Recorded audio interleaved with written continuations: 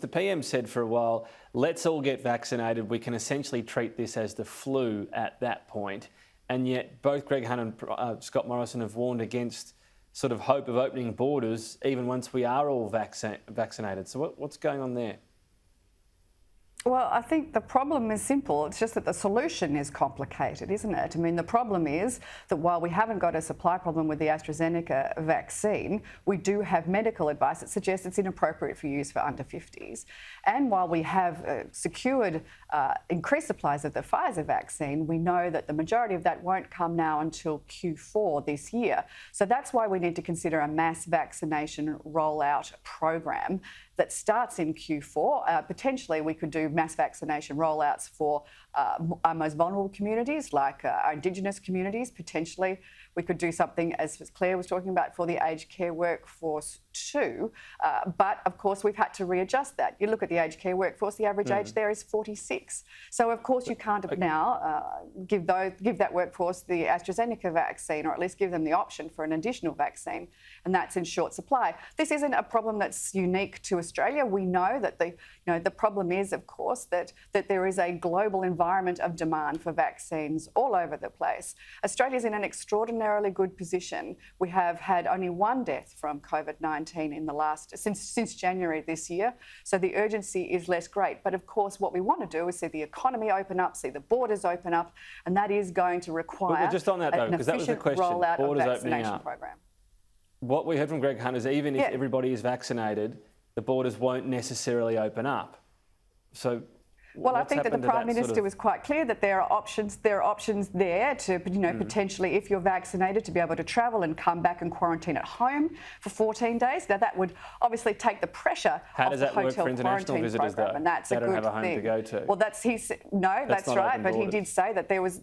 No, well, it's not open borders, and we won't have open borders until we've had a full vaccine rollout. But that's why we need the states and the territories on board with this program. Even with the full vaccine rollout, we won't have open borders. You're saying we will? Well, no, I'm thinking.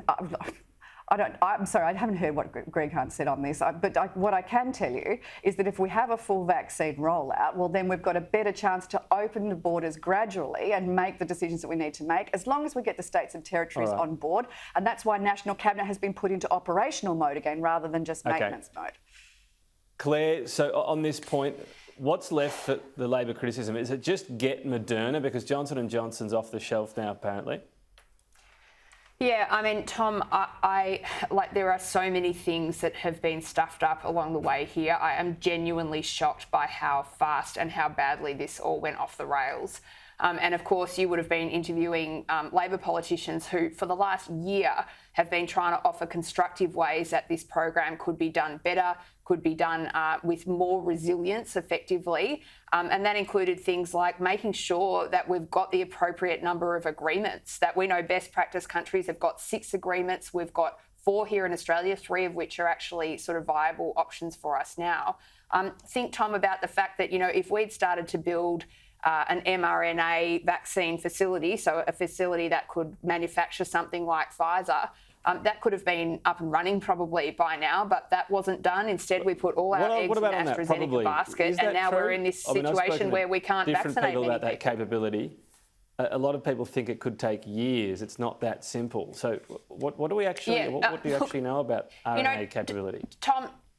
Tom, none of this is simple, and no one ever suggested that this was going to be an easy task. But government is not about doing silly, simple things. It's about taking massive logistical exercises like vaccinating a population of 26 million people and doing it properly. And we've seen state governments do very, very difficult things during this period. The federal government had one single thing it was responsible for here, and that was delivering a vaccine rollout program, and they have failed catastrophically. I think the federal government's had responsibility for a fair few things, but this is a very important one, I agree. Over 1.36 million Australians have already been vaccinated. But that's Jane, a good start. You can't be arguing that's that a good this is start. anything but when the medical advice changes, we have to be able to, and I'm going to use the COVID word, pivot to what we do next. And that's exactly what we've demonstrated that we've been able to do. And the huge frustration for us as Australians watching on is that we don't have the options that we really need to get this done properly. And I respect you, Jane. You're we're out here having to defend something that's completely indefensible. But the truth is that this has been a major stuff up for the government, and the consequences for Australians are very serious, not just health, but economic, Tom. You know, all of the things that we've been banking on here about the sense of confidence we feel going into this year are about getting this vaccination program right, and they have not done that job yet.